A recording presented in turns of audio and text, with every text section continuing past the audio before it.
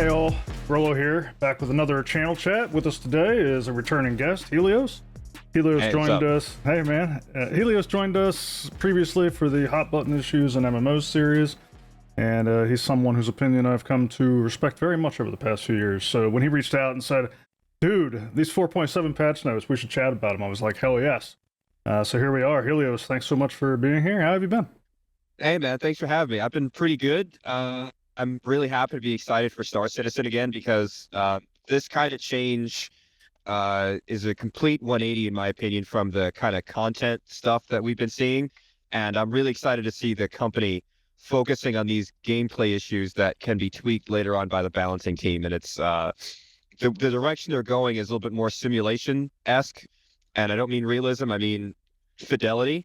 And that's the stuff that I think a lot of backers have wanted to see for a very long time. Let's just jump right into it. You said you're saying this change of direction. What do you mean?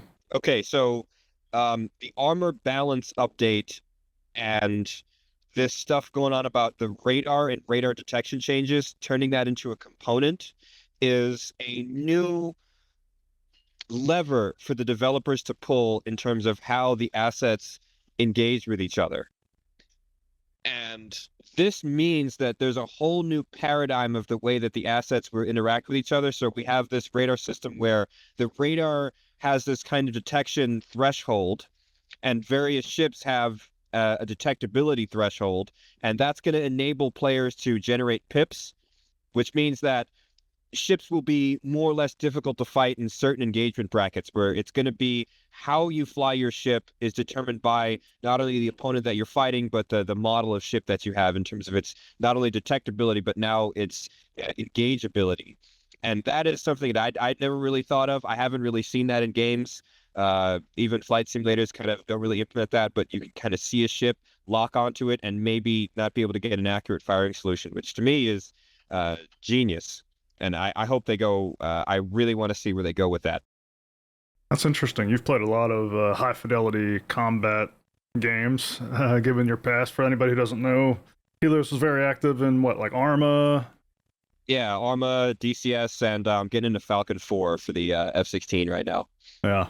And so for me, I would not know that this is a novel solution. So it's interesting to hear you say that. Yeah, it's an interesting balance lever because not only are we need the things that we want in terms of being able to shoot a target, or from back end we have the armor, the health value of the target. Now we have these armor values, which I want to talk about too because those are really cool. We've got the shield values, we've got the projectile velocities versus the ship's ability to maneuver and change direction. And now we're getting the ability to even accurately shoot at a target. And then before that, we've had the ability to see a target and lock onto it in terms of its radar cross-section. So this is something else that fits into that survivability onion. And that onion is what gives the game its interesting depth and fidelity. That's going to enable the players to differentiate themselves by skill and their choices that they made before the battle starts. Did you read in the patch notes where they were talking about the impact of power allocation on radar? A little bit. So I'm not exactly sure. Where is that actually? I think I skimmed over it. Okay, yeah, radars now require more sustained power. Is that what you're talking about? Yeah. And Yeah. if you ramp the power to the radar up, like its detection range increases, the distance away that pips will be realized increases, and if power is diminished, then the range is cut down. Is how I was reading it. I think it's cool as heck. The one thing I'm worried about right now is that I think they're being a little bit too soft with the numbers. 2 points versus 5 points. Maybe I'm just not the greatest fighter pilot in the current meta, but I feel that 3 pips for 200 meters distance is just not enough time on target with how fast the craft are closing with each other. And that seems like a tremendous investment for not a whole lot of get.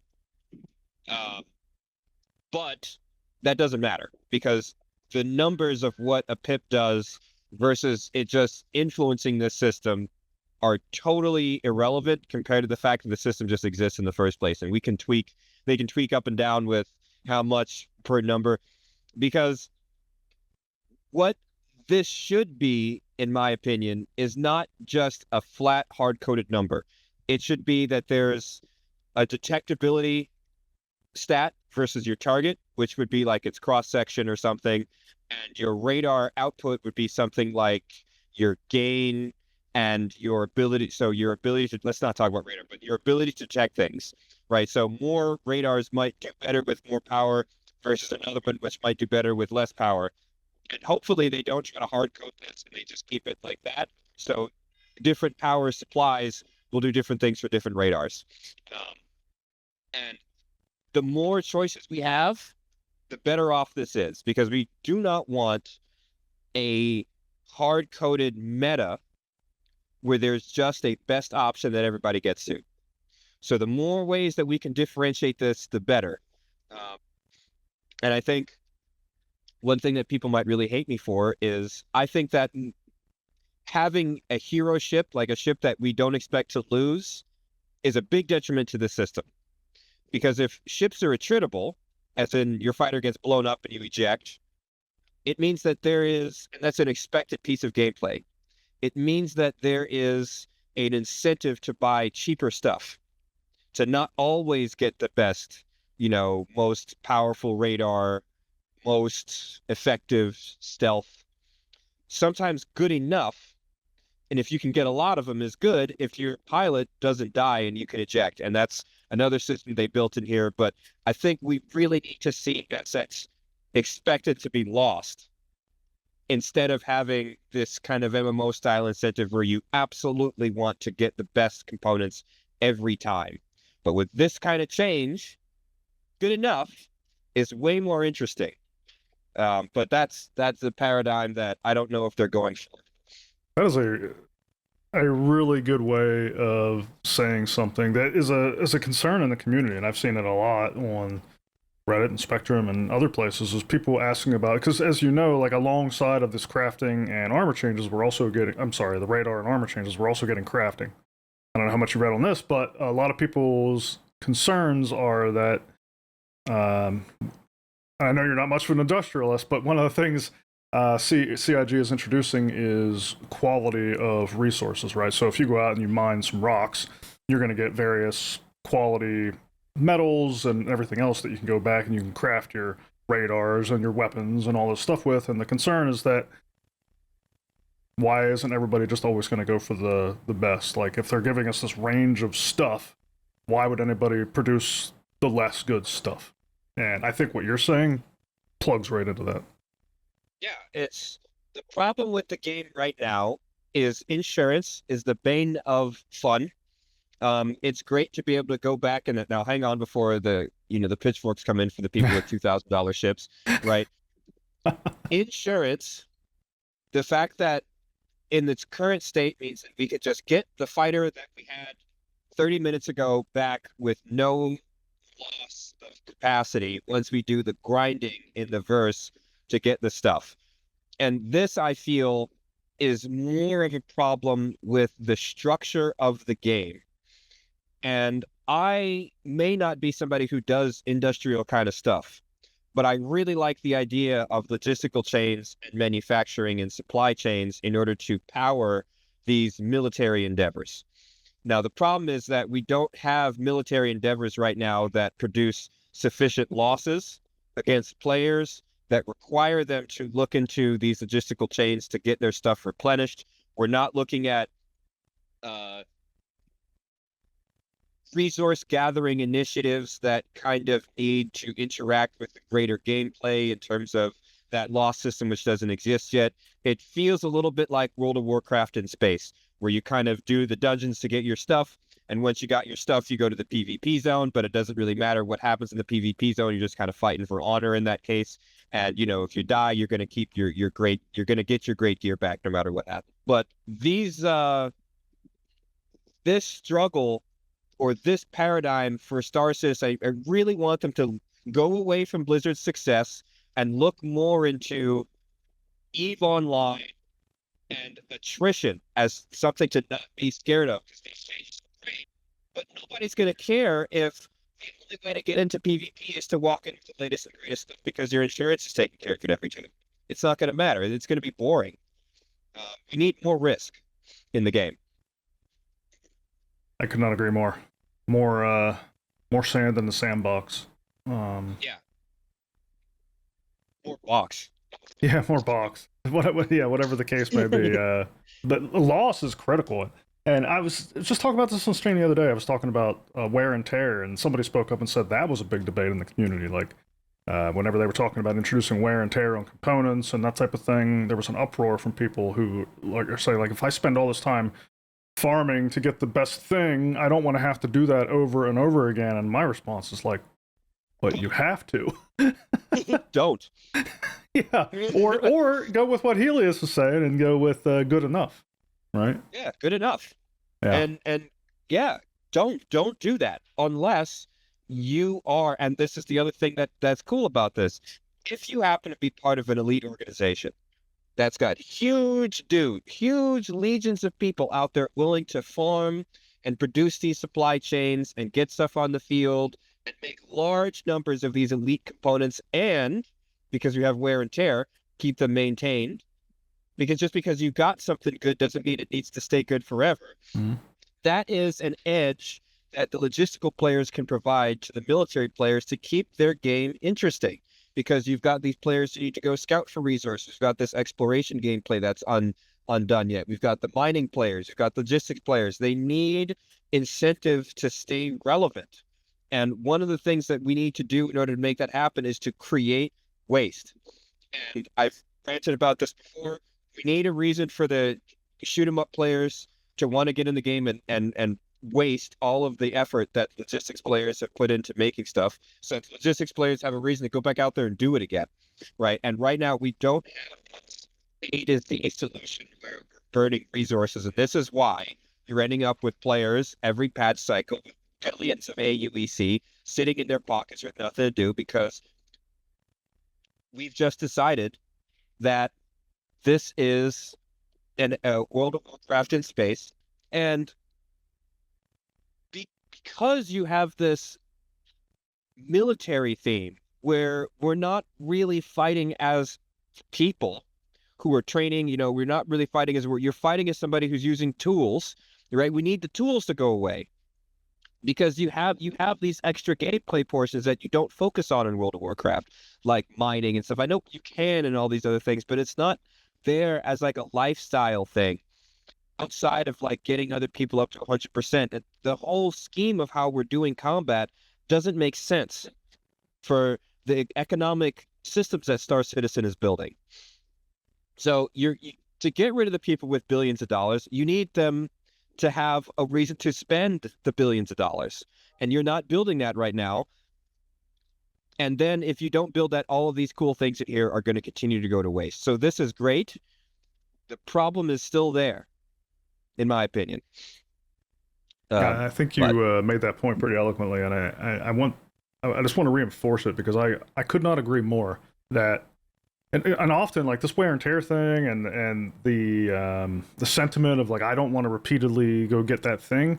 It seems to most often come from players who identify as PvE players or the more casuals or whatever. But that message resonates so well with me, and I hope it does them. Is that that gives value to everybody in the verse, right? Like that wear and tear, that loss, that need to replace things as they break down is what keeps the more casual players having meaning in like the circle of life in these games. You saw it in the early days of EVE Online. I don't know. I haven't been EVE in a number of years, but a lot of games are missing that symbiotic relationship between the PvPer and the PvEer. You got two different camps. Like if you go to World of Warcraft or something, there's no interdependence between a PvPer and a PvEer. But EVE pulled this off for a number of years at least, in that they were very dependent upon one another, and that's what I'm hoping to see in Star Citizen.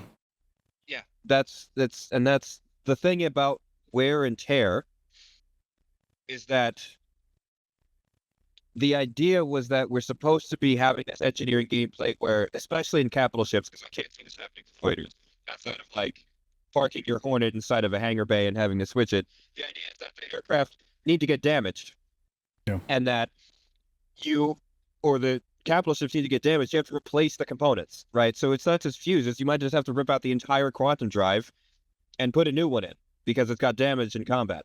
Now, the thing about this is I'm personally more of a PvE player. I really like PvP in almost every game I play, but I like a ranged PvP, and I love PvE content because you can catch rates for an enemy that are like not something that you would really expect for PvP. Like you could do like huge kind of cool set piece battles that are really tactical sets and scenario requirements that you can't really get all different PC games, right? So we balance things very differently for a PvP environment. So PvE scenarios that you do all sorts of cool stuff, like use assets that aren't fun to fight, like artillery and orbital bombardments and stuff like that. These assets, these kinds of things aren't particularly cool to be hit by, right? But they're fun to use. So the reason I'm saying that is we want scenarios where we have to expend resources, and that's a PvP kind of thing. But I think the problem they have with people not want to go get stuff is that they're solo players. They don't want to rely on other people for anything. They want to get the best components. They want to get the best. They want to do it once and forget about it, and then drive around as like the space. It's not a PvE problem. That's a solo player problem. Because personally, I like resource scarcity in games. I just played Resident Evil 9 on its day, and I love that kind of stuff. I play Arma. We play co-op. There's all sorts of, requirements for other people to carry ammo for me, right? For medics to run around and heal people, for people to drive trucks, fly logistics, helicopters and stuff like that. That's not that attitude of needing to not want to do anything is a solo player problem, but for God's sake, dude, you're playing an MMO. You know what I mean? You're playing an MMO. What are we doing here? And I think that the bane of this game's existence is catering to solo players who want to have everything, do everything, and win everything. And if they don't, they throw a temper tantrum. And if you listen to those players, you're going to ruin the experience. Fair enough. Switching gears a little bit, you were just talking about damage and ships having to take loss and require maintenance. What do you think about the armor changes? Oh, it's great. I like the math. In War Thunder, and I'm going to go to War Thunder just so we can pivot, your shell does not go through if the armor plate is too thick. In War Thunder, we measure armor thickness in millimeters versus penetration in millimeters. This is nerd math. We don't care. In Star Citizen over here, they're doing this in what looks like armor penetration value versus armor thickness value. I don't care if you make it in millimeters or nano angstroms or psionic crystals or whatever. It's the same kind of idea. But armor penetration now means that the concept of just massed alpha damage, or not even alpha damage, of just DPS races, are now obsolete. Because as we've seen in other games, there's the brilliant Nebulous Fleet Command by Liz, which has a system like this. Low caliber weapons typically have a higher DPS, but you don't get anywhere, right? You don't penetrate anything. You can't even kill components because there's a threshold of damage to meet. They also don't penetrate armor very well, but they do a lot of damage if they do penetrate, versus the higher powerful weapons, which get those penetration effects, but they have lower DPS overall than those smaller caliber weapons, especially when you get lots of them going at the same time, right? So this means now that there needs to be a mixture of assets. And what I'm hoping not to see is that everybody tries to just get jack of all trades, master of none configurations on their fighters. They can do everything. But what I'm hoping that we're going to see are fighters that are really good at mounting large weapons, other fighters that are really good at mounting small weapons for different targets, right? We're going to need strafing weapons for attacking ground targets. An example, we're going to need weapons that are needed to attack fighters, and we're going to need weapons that are good for attacking capital ships and subcapital ships as well, right? And maybe even just subsystem targeting, right? Knocking out turrets, for example, knocking out exposed components like radar arrays and other things like that. missile defense. For example, you want to intercept torpedoes fired at long range. You're probably going to need, a fast-firing weapon. But this allows them, most importantly, to differentiate the purpose of a weapon versus another weapon. And this is the only real way that you're going to get it done. Because if without just the ability to simply say that doesn't work, without that capacity, you will always end up in a DPS race. And this change, this piece of math here means that you now have at least one tool that lets you not do that. Yeah, I'm pretty excited. Do you think that just what we're reading right now on how they're doing the math, you think it'll have an immediate splash and impact on how combat takes place in the game?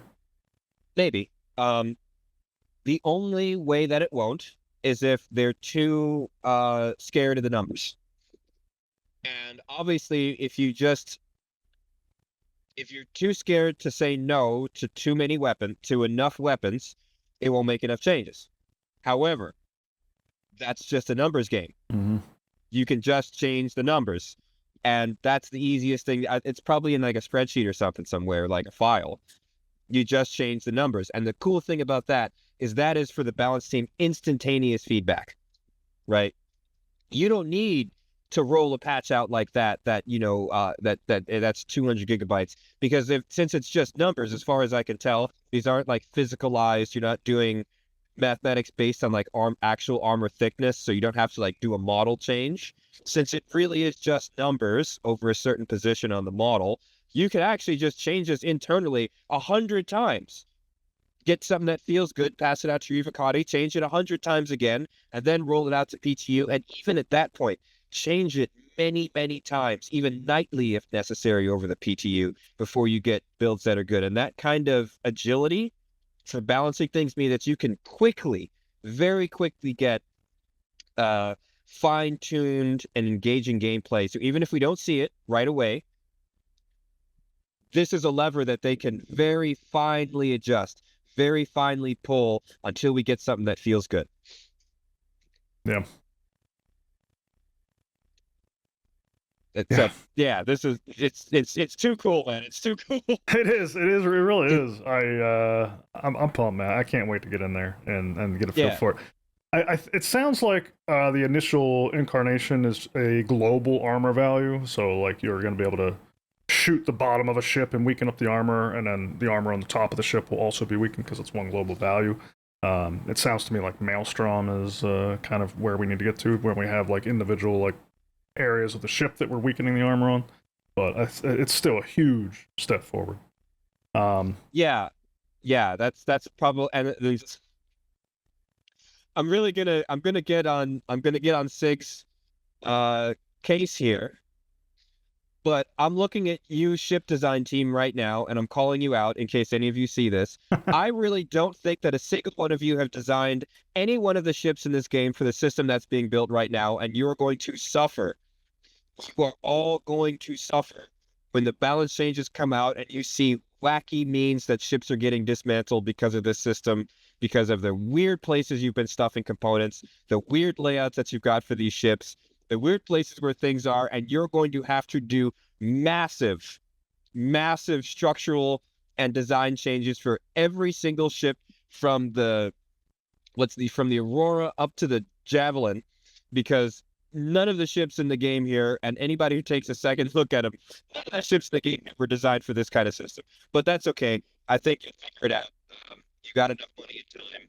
But it's not a bad and I want to say this. That's not a bad thing. It's not a bad thing that they're going to have to do this, but there are going to be some pain points, because half the ship designs here don't make sense, right? They do not make sense. And when we get through it, we'll probably have a much cooler game, but I think that none of the ships are going to even look or interact the same by the time we're done with this, especially when they get this Maelstrom thing with the plates are differentiated. Because I know there's going to be a spot where the ship has no armor, and we've already seen this with the goofy-ass glass cockpits that are like indestructible. there's going to be spots where ships have like no physical armor, and they're going to have to just go in there and like ramp that up, because there's no way that somebody would design a ship like that has no armor in that particular spot. And like, maybe the components, I know they're going to have to do that, but like, you'll see wacky stuff coming forward because of this.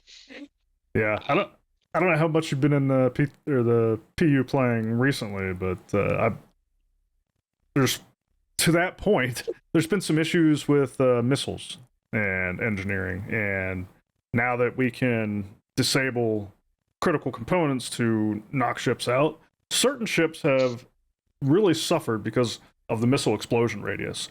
And when a missile contacts your ship, the Taurus line, like the Constellation Andromeda line of ships, is famous for this. If it gets hit with any missile, the ship is immediately destroyed, disabled. It doesn't matter where the missile hits.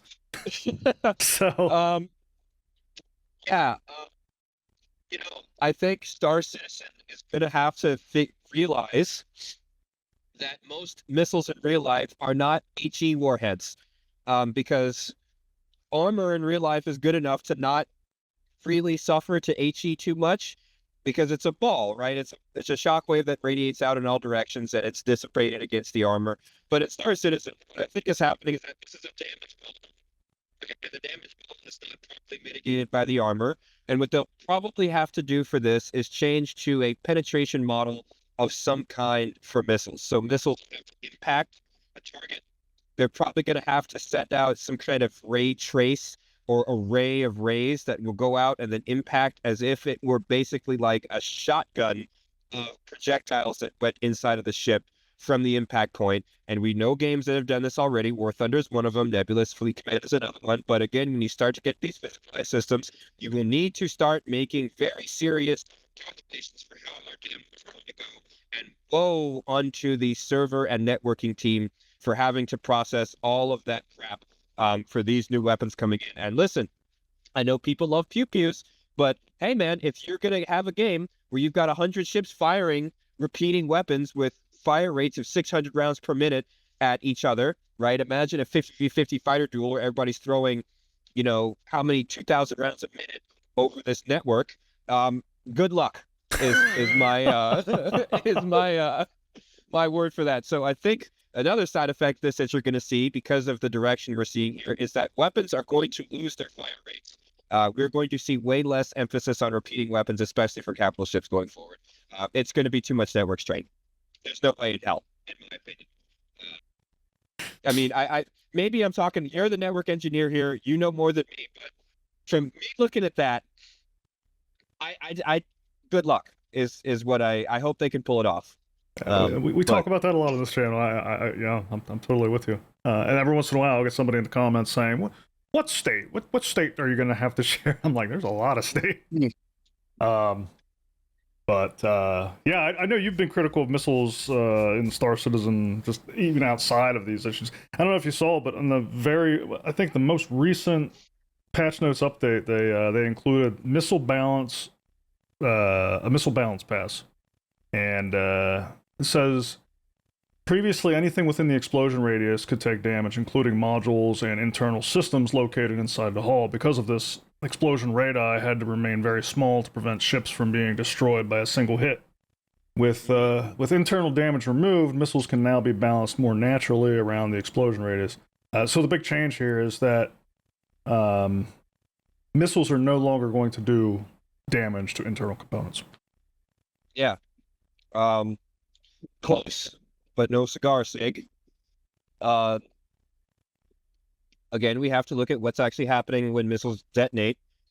And the reason I'm saying this is not because I'm a realism chud. I know that people might take a look at what I'm saying and think that that's the case. What I'm saying here is you have a high fidelity system, you need a high fidelity in a way that gives you the ability to balance 6%. Let's take a look at real life. Missiles do two things. Typically, three things. One of them, you've got blast fragmentation missiles, right? It's a shockwave. There's secondary effects sometimes from the shockwave. The second one's going to be like it's a blast frag. It's shrapnel that goes out from a jacket that is hitting the target aircraft or multiple aircraft with a wall of shrapnel That's where your damage comes from. So when you shoot an AMRAAM at somebody, the AMRAAM's not actually looking to physically hit you. It's looking to get close to your ship and blow up so that you get showered with a bunch of shrapnel. And then there's, of course, a shockwave effect as well. But it's shrapnel. What is shrapnel?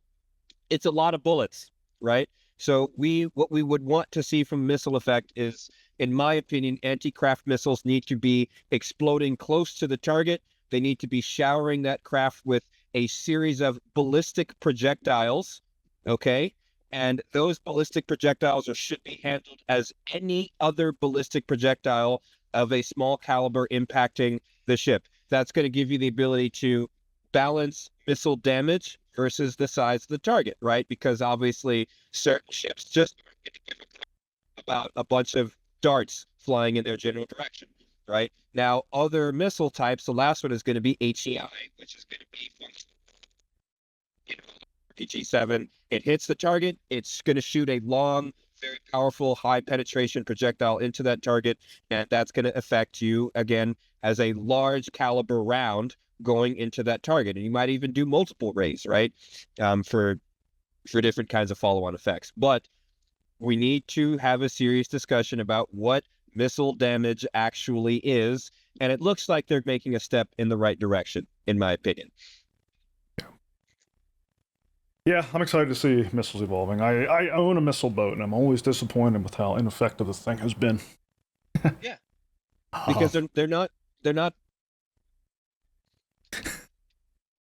It's not a movie, man. Just make it. You know, you have they're building the tools one step at a time, and hopefully they see this. And if they do that, if your constellation were basically just shooting a bunch of shotgun shells, right, guided shotgun shells especially, yeah, it would make the choice of weapons that you have important, and it would give less, oh shit, I'm going to die in 2 hits effect to the person on the receiving end. Because now you have continuity of damage rather than missiles being like this alpha strike thing. You could hit people, you'd have to hit people multiple times. And unfortunately for you, you don't get very much control over where on a target you hit. You just kind of get more guaranteed damage over time, which means missiles can be more of like a sustained supporting weapon. That's annoying because it's not going to be like an alpha damage thing where it's hitting you over and over again, right? Yeah. And right in the correct spot. You mentioned choice of weapons. That's something we haven't talked about yet. But in addition to the armor changes and the radar changes, which are all very exciting, they're also rebalancing shields. We're getting a lot more shield power, and they're changing weapons, right? So that energy weapons are going to do more damage to shields, and ballistic weapons are going to do more damage to armor, and so on and so forth. So finally, we're getting variations in effectiveness from weapons to different types of defenses. What are your thoughts? You know, I'm actually less interested in that than the other stuff, mainly because this game doesn't really seem to be interested in shield gameplay. It's a fancier health bar. Mm-hmm. It's a part of your health bar that can regenerate over time. And they're like, oh, and it seems to harken back to this really annoying thing where they're like, the combat needs to have phases. You want to use this type of weapon to do this type of damage, and then this type of weapon to do this type of damage, so that you have to bring a mix of. Stop it. That's not an interesting choice, in my opinion. The reason it's not interesting is because it's going to go down to there's going to be an optimal choice for everything. There's going to be an optimal amount of damage that you're going to need to do in order to do energy weapons with your energy weapons while having enough ballistic weapons to finish off the target. And it's a second button to push. It's annoying. And I don't think that it actually makes meaningful choices in terms of how fighters interact with how they engage each other. It's just going to be like an annoying checkbox to make sure that I have the correct weapons to have at each phase of the fight. And I don't think that it's going to be... In my opinion, you could take the shields away entirely and the game would be better. And,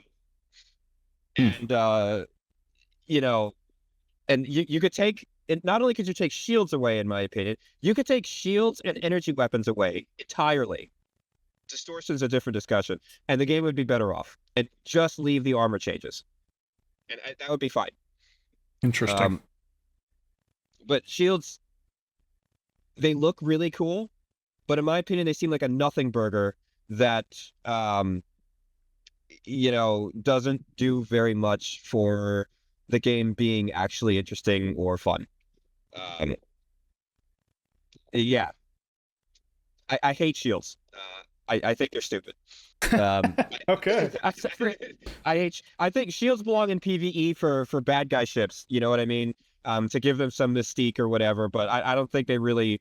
I don't care. You know what I mean? Every sci-fi movie has them though. What you talking about? No? What are you talking about? No, it's playing that. I don't think. No, not Battlestar Galactica doesn't have them as far as I remember. There's no shields. There's no shields in the Expanse, right? I haven't seen the Expanse. That's on my list. Right? Yeah, there's no shields in the Expanse. Most hard sci-fi things, especially combat in space, doesn't have shields. Okay. Yeah, you don't need them. Do you think the story of shields changes when Maelstrom comes online, and if CIG ever truly reaches its goal of no health bar, everything's physicalized? Do you think shields, the story of them changes then? Yeah, I think that the story of shields turns into this is dumb and we need to get rid of them. Okay. Because put it like this: you have like an armor system that like dents over time, and like rounds are penetrating like your ship, and it starts a fire, and you have to go like put out the fire, and like you've got like dudes with like shrapnel wounds on the inside of the ship. Or you have a magical force field that like stops bullets for some reason, and you get, sir, shields at 20%. Who gives a shit, bro? I'm putting out a fire on the engine room. You know what I mean? Like, come on. You know what I mean? Like, I get it, Chris. You like Star Wars. I like Star Wars. I like Star Trek. But you're making a video game, and the stuff you're making in these patch notes is way cooler than Captain Horst yelling, that the shields are down by 20% or something. You know why they did that? Because nobody wants to refix because you have a scale model of the Enterprise and it costs you like half the budget for the movie. And if you dent that thing for every time you want to have a space battle, you're going to overfly your budget. But listen, Chris, you got infinite Idrises now. Okay, you can mess them up as much as you want. Okay, you can make all the gnarliest damage decals you want in the world, and you're not going to be charged every time we decide to break 10 of them in a space battle. So we don't need the shields anymore. Okay, we can get nice and gnarly with the hull, just have shit get broken, and have armor panels fail and have all sorts of stuff get messed up, and the game will be better for it, in my opinion. More grit is better. Get rid of the magical bubbles. Okay. That's an interesting take, one I hadn't really considered. Shields have been so ingrained in my mind. It's kind of like I don't know, it's kind of like getting rid of magic in World of Warcraft, you know what I mean? Like, it just belongs to, I guess probably because the only other space game I played extensively was EVE Online, and EVE Online had very extensive shield and armor gameplay, and so that's where my mind is, but... Yeah. But the thing about shields is, in movies, the originals, let's look at like where they came from in history. They came from War of the Worlds, okay? And the reason that we had these things in War of the Worlds, I'm not talking about, I think it was in the radio broadcast, but it might have been in the first film adaptation. But the reason we had that is to show that your weapons don't mean shit. Yeah. Right. It was a literary device to show that you are helpless against this enemy, to give them a magical kind of mystique, right? Same thing with Independence Day, right? That's the idea behind shields. It's supposed to be this otherworldly kind of idea that shows that you need something other than what you've been relying on to overcome this opponent. We don't have that idea in Star Citizen unless you make shields something that only the Vanduul use. And at that point, I think it's a cool-ass idea. You make shields some kind of exotic alien thing that these other species are relying on as a point of their design. Same thing with like the Protoss and StarCraft, right? Or The aliens in War of the Worlds, as I said, you make shields a design point. It's one or the other. You have great armor, as the humans do. They're chunky, or you do something with shields. You've got these exotic kind of the Covenant and Halo, right? Shields, but you get past the shields and your ship looks like stupid. You can break it in half if you pull it in the wrong place, right? But they had these shields that you couldn't get through. So make a design choice, Sig, and don't do something. That's my opinion. Make that final point again, because you were cutting out just as you were making the. What they're doing right now with shields is that they're fudging numbers. Yeah. This whole balance update, it's another pass. They're trying to screw with it again, but you know what? It's never going to be cool. So make shields a statement where this ship doesn't have armor, but it has other benefits, but it has to power shields. And humans don't do that. Humans don't have shields in this ship. They got a chunk of armor. They don't care. They're going to put it out with a fire extinguisher and go drag the ship back to dry dock and bash the armor panels back on and send it back out. But the aliens are using shields. That would make the Van Duel interesting and different from humans. And also a different means of fighting them. That's going to enable you to have these cinematic battles that you want, which belongs in PvP. That kind of crap doesn't belong in PvP at all. These kind of cinematic long-form battles that you got where it's different stages because the enemy has shields, that's a Van Duel PvE experience. That's not a PvP experience, so get rid of the shields for all the human ships, right? And leave them in the single-player or cooperative experiences for these aliens that we're fighting, in my opinion. Huh. It's a very interesting perspective. You've given me something to think about for sure. The idea of the advantages that would infer, like human ships not having the power shields, that's more power they can allocate to weapons and this other stuff. It would be an interesting way of approaching it. That ship may have sailed already, but it's still interesting. I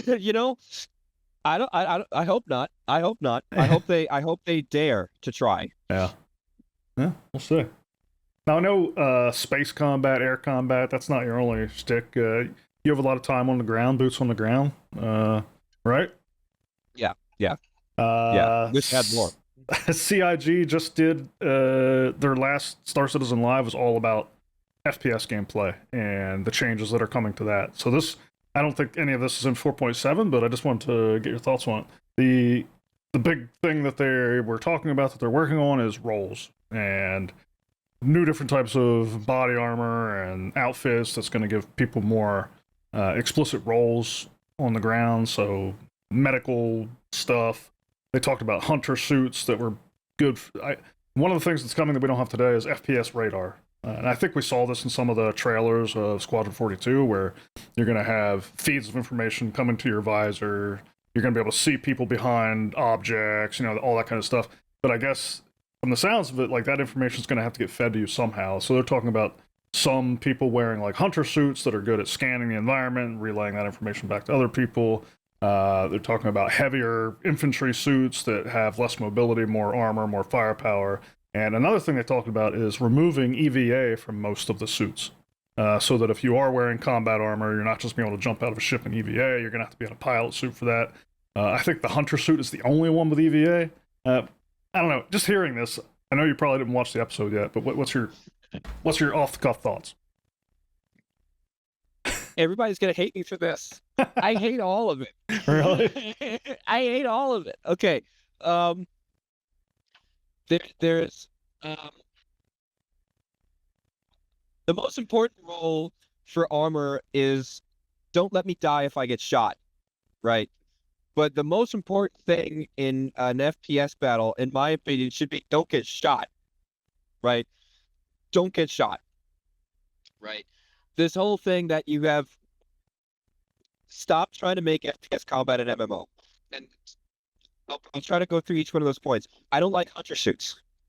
I don't want people getting wall hacks beamed into their eyeballs because I want my teammate to have to tell me that there's a guy behind the wall, or I want to just have to guess.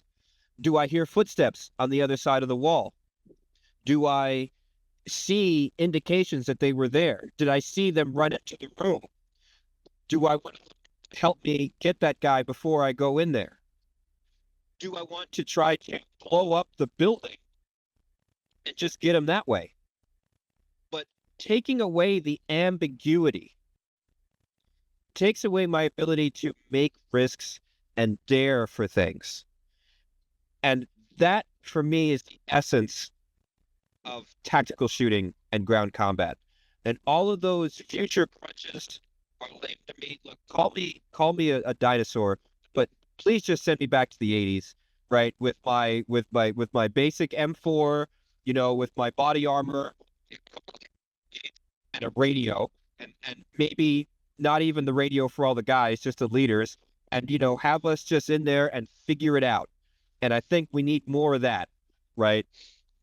Because getting it wrong and getting surprised and having to just react to shit popping up is the cool part. But if we get all these hunter scopes and, see-through walls and whatever, it takes the romance out of it. And then it becomes this clinical shit.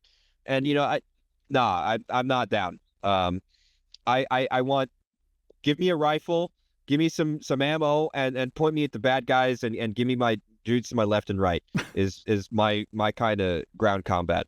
Okay, that's fair. What I do like, though, is anything that is based on the ground should outperform anything that's based in the sky in terms of weaponry and power. And this is where I might like to see shields come back. Hey, sir, we can't bombard that position because there's a ground-based effector shield that won't let us bomb the position, and we have to go walk over there with our ground force and knock out the shield generator, then we can start bombing the place.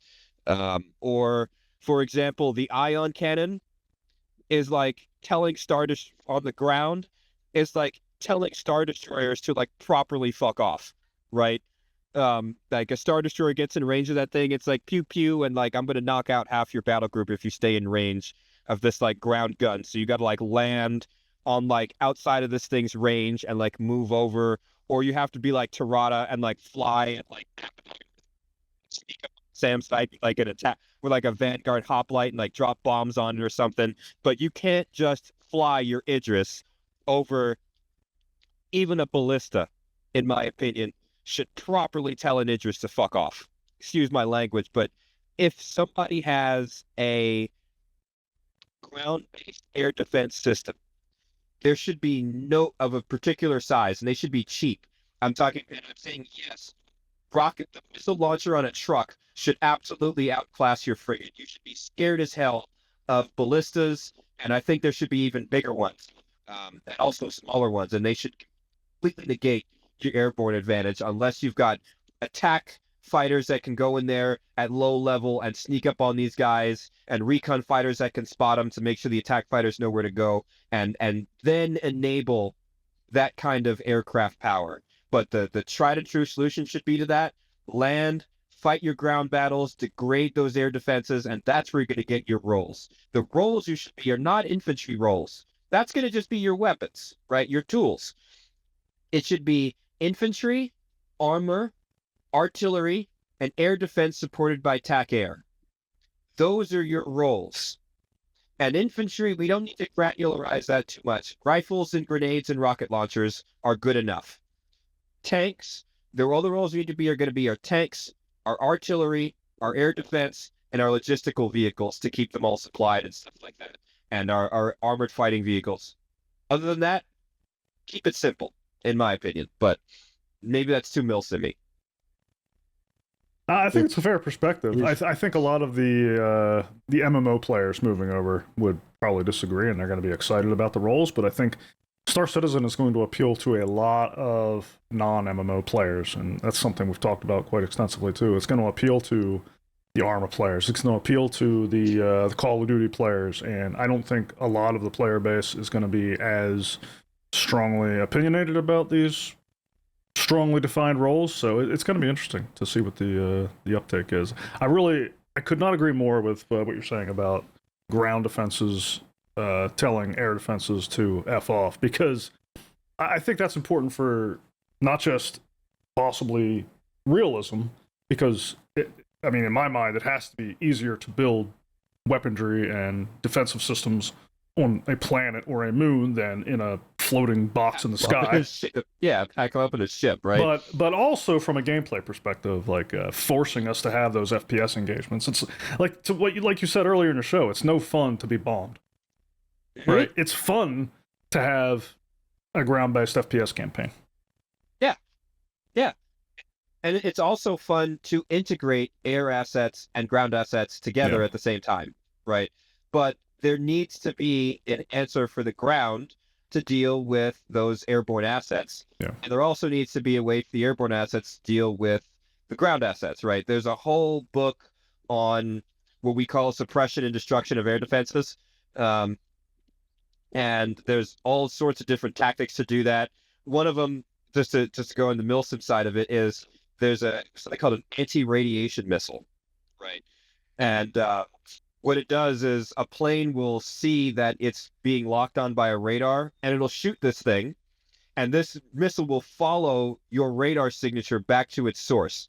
So what they're doing nowadays is they fly like, well, they did it in the 80s. It was way cooler. They fly somebody called a wild weasel in, and their job was to get the radars to get all mad, and then you'd have planes behind them shoot these anti-radiation missiles and blow up the radar. So naturally, you would learn to turn the radars off, right? Move around, turn the radar back on. And there was this whole cat and mouse game of trying to not get blown up by the seed missiles trying to shoot down the planes. So there's all different ways to introduce this tactically, right? To make players think and engage about how do we defend a position, right, versus planes. How do we attack and engage aircraft, more so than just kind of making it, oh, you're this role, you're good at that. Again, go back to what we're doing with Maelstrom and Armor. Make it a decision. Make it a tactic. And that's going to be fun because, your seed mission might fail or it might work. And, then you get to fly around near the helicopters and bomb stuff. But, make it like that. Yeah. But, when we were getting ready to hit the record button on this video, you were talking about CIG's 4.7 patch notes and how, I can attest, this is the first time I've seen you get excited about a patch in quite a bit. And when we were getting ready, you compared this with 2025 and the focus on stability and playability and how this is... Your perception is this is a good change, right? Talk a little bit about that. Okay. I hate the worm. That kind of stuff isn't the soul of the game. The soul of the game is the sandbox. And the soul of the game is the interactions. And the soul of the game is needing players to come together to do things collectively against other collections. That worm stuff is yesteryear. It's already been done and dead. Anybody who's done the worm enough times to get any kind of rewards from Wicklow is sick and tired of it. And what you're going to end up doing if you go down that path that we've seen at the beginning of 2025 is that you're going to burn out your developers and your players are going to get bored because these things just wear themselves out over time. But these kinds of changes here, the ones that make players think, the ones that make players interact with each other and other parts of the game in interesting and novel ways, are going to last the lifetime of your game. And they're also going to introduce rampant stability issues every time they're introduced. So trying to stabilize the game in the place that it's in now is a fool's errand. But these changes now are enduring changes, in my opinion, that will define the game for years to come. And this kind of stuff gets me excited because this is where the theory crafting comes in. This is where the tactics come in. This is where the interplay between different parts of the games come in, especially stuff with like life support, opponents engineering. All those things last. And that builds your sandbox. That's the box and the sand. Actually, I don't know what it is for that analogy, right? But those are the dimensions of your game. And more of this is what I want to see every time a patch comes out. When I see like, oh, we got a new quest coming out, like, dude, I don't care. Like, I don't care about a sandworm. You know what I mean? It's a giant health bar that I gotta shoot. I don't care. This is the stuff that makes me excited because no matter what you make in terms of your content, I will still interact with the armor system for years to come. Completely. That's I think yeah that 100% on the sandbox. Now, I think a sandworm could be cool if it popped out by surprise when I'm on site mining. Oh shit, Yeah. we disturbed a sandworm and now we got to deal with that. Now that would be cool. yeah the gameplay change. Yeah. I am get fun of messing with your mining operation. A quest line that I have to do 100 times. It's oh shit. Mining is now dangerous to do on certain planets because of sandworms, right? Like Dune Awakening did that correctly. Yeah. It also means that you definitely need to have people protecting your mining operations now because you don't have to rely on ReaperNet to come try to mess up your mining operation. Right. And instead the sandworms will come out and do it for you. And that also adds variety because it doesn't have to just be pirate AI. It can be the locals. I want to see giant alien bugs coming out of the ground the next time I'm doing like a mining operation, right? Like give me like giant spider monsters or something, right? Yeah. That are going to come out of the caves or whatever, right? That's, and that would solve Deep Rock Galactic's problem for me. If Deep Rock Galactic connected to Star Citizen, I'd play tons of Deep Rock Galactic, right? But Star Citizen doesn't have Deep Rock Galactic, and Deep Rock Galactic doesn't have Star Citizen. Yeah. But if we put them together, I got a whole lot of reason to want to go into some caves and start mining. That would be so cool, right? I don't like messing with wildlife, but listen, if we really got to get that Quantanium that's on side of LV 426, right? You know what I'm saying? Like now it's cool, but like yeah, I couldn't agree more. I've been on so many cave missions, and I've always had that thought in the back of my mind. I mean, it would be so cool if I rounded that corner and holy shit, there's this nasty alien thing looking at me. Yeah, like I don't want it to be like a cute dog. Like what are the dog things like roller cars now? Like, bro, that's like I don't want to shoot that. That's a dog. Give me like a xenomorph. Yeah. Or like a a massive spider monster or something, right? Or something. And make it so you don't want to fight it, in my opinion. Yeah. Make it so you piss it off and you survive. But you keep fighting and it gets worse over time until you get kicked out of the. So make it so that we don't want to fight these things. Yeah. Make it so that you don't want to just clear out the cave of all the wildlife and then you can mine. Make it so that you have to mine really quietly. And you abscond with the rocks, but if you mess up, you're fighting for your life until you have to eventually, and you will become overrun and you have to retreat. Right. And then you've got then you've got your mining operation. Everybody's like scurrying back to your Arasta or your Idris, and it's like carrying bags of like precious gems, and there's like an army of alien bugs chasing you back to the ship, and you got to get up and run away. That would be so much cooler. That would be than very cool. The standard kill everything, get your rocks, leave, repeat. It would be Add cool if nuance. you could. Yeah, it would be cool if you could make decisions about how to approach that situation. Like, yes, like loadout decisions, right? Like, I want to come in, I'm going to do like a stealth mining operation. We got to evade these bugs, whatever, get as much as we can. Or you can choose to come in with this massive military brigade, set up a fortification barrier to try to hold these officers as long as you can before you get overrun. And, multiple ways of attacking the situation would be cool. Yeah, exactly. If that guarantees the different your PvP, your PvE style fight, and I think the difference is PvP is typically very decisive. When two people, humans, really want to kill each other, somebody's ending up dead. You don't get away from that. Right? Somebody's dead. People are going to anchor shot bodies on the ground with your medical system. I guarantee you if it's happening in catastrophe zones now, it's going to happen in the future. People don't want others to get revived, right? However, in PvE, against the environment, you can make attrition less critical. Those are where you're going to get your scenarios where you got your fighter recovery, where you can where we can challenge the players to be efficient with their losses. But in PvP, you're going to see pitch battles, right? We've seen that in EVE Online. We know how it is.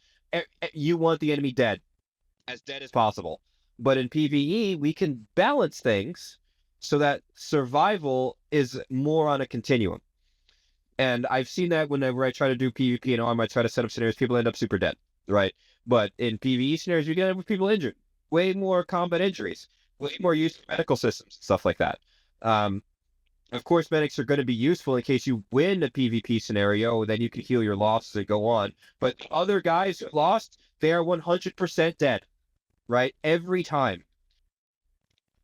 This is the balance that I think SIG is missing with these systems. And you can design the game to have a PvE scenario where you have things that are balanced for long-term attrition, right? Or long-term like continuums of injury or whatever. And then just accept the fact that when players are shooting at each other, people are likely just going to all die. And that's okay. That's just okay. And back to what we said in the beginning, there'll always be industrial players willing to rebuild your stuff. Yeah. Which takes us back to the sandbox. You mentioned the sandbox a few times there, and I'm a stickler for the sandbox. There's things that I hear SIG saying that is kind of like nails on chalkboard at this point for me. And one thing they say a lot is a sandbox mission. Is there such a thing? I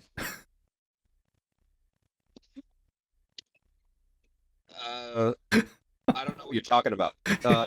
It's too vague. What are you talking about? So, they're calling things like, how much do you know about Rock Cracker? Is it that new thing that they came out with? Yeah, the new thing where you can go in and activate these big asteroid mining apparatuses to like crack these rocks so you can extract ore out of. Hathor is another thing where they call that a sandbox mission. You can get these missions to go there and activate the thing. Right. Yeah.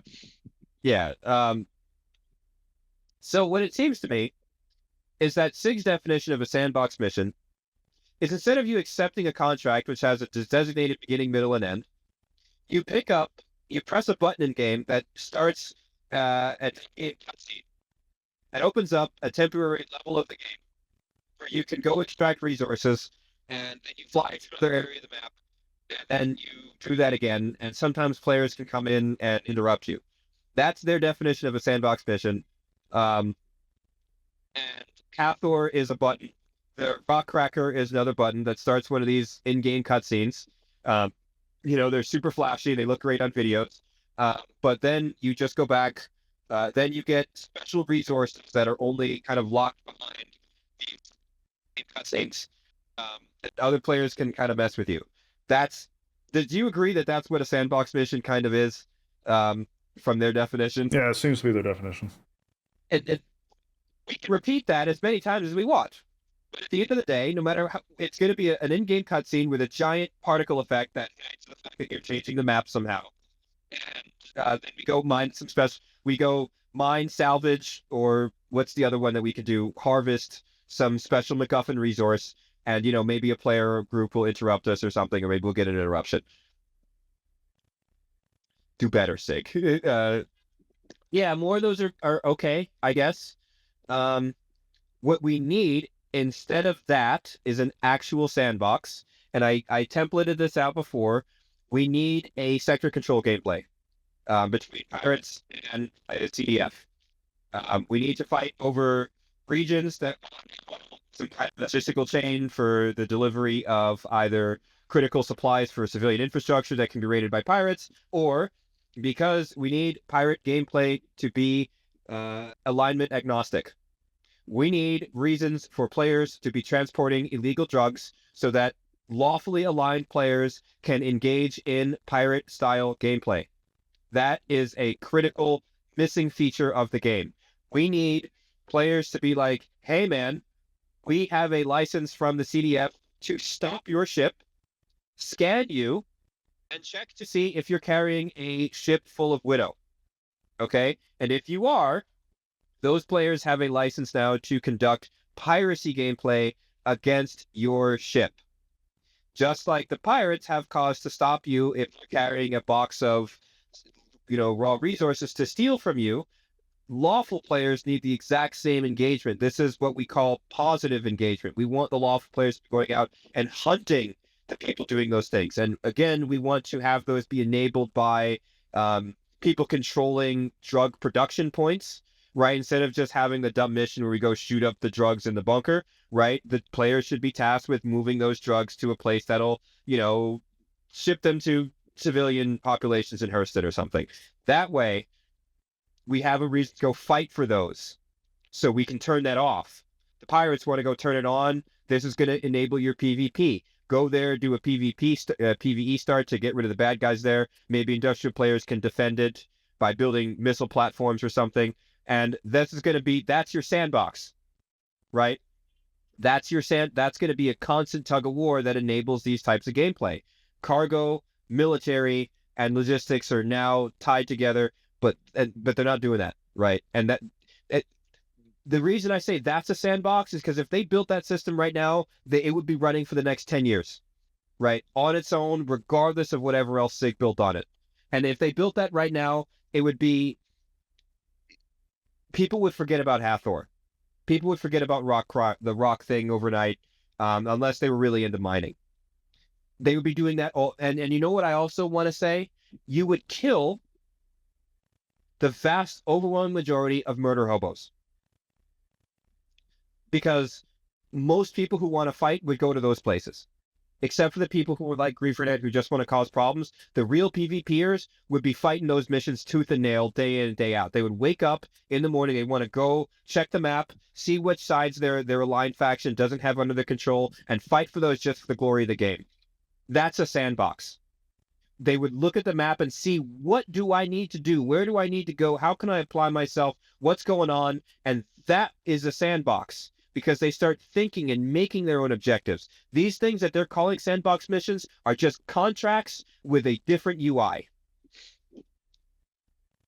Couldn't agree more. That's why I say it's like nails on chalkboard to me, to hear that phrase. For me, a sandbox is anything that I decide to do because I want to achieve something. It's not like, as soon as it starts with a mission, like, the sandbox is gone. So that's my perspective. Yeah. It's not a sandbox. It's a mission without the contract UI. Yeah.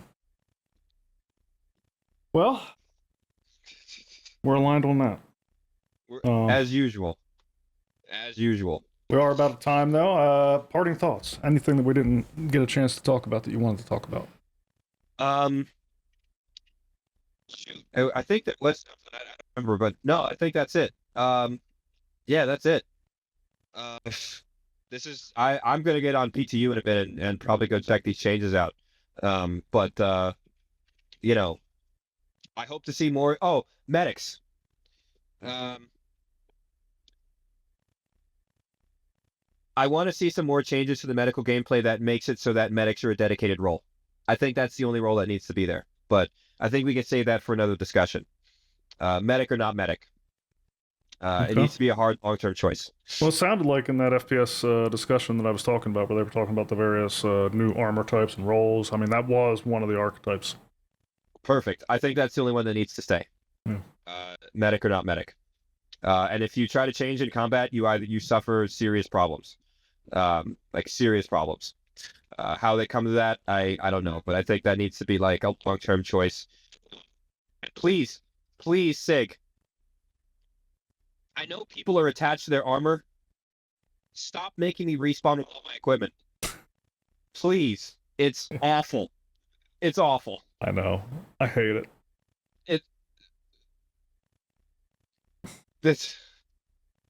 Yeah, that's... I want to talk about that in another chat, but yeah.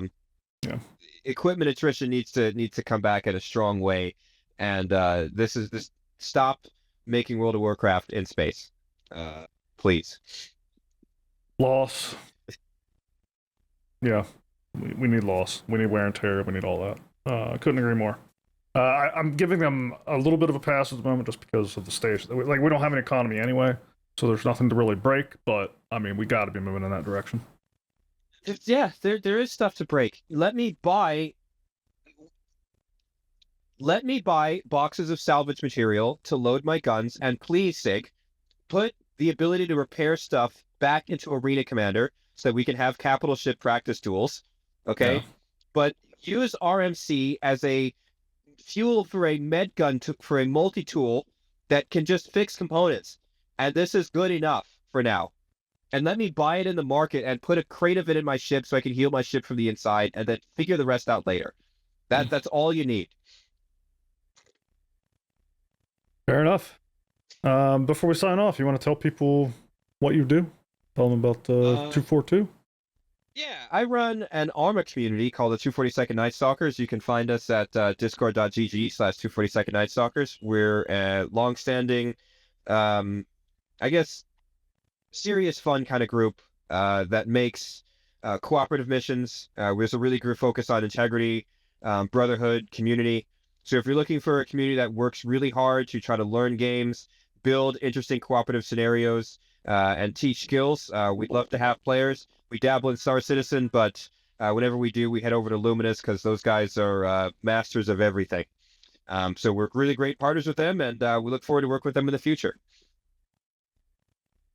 We love having them as partners. Great people. Can't recommend their group enough. Thanks so much for coming on, Helios. Really great to have you. Thanks for having me, man. It's good to talk to you again, Grolo. I'll talk to you again soon.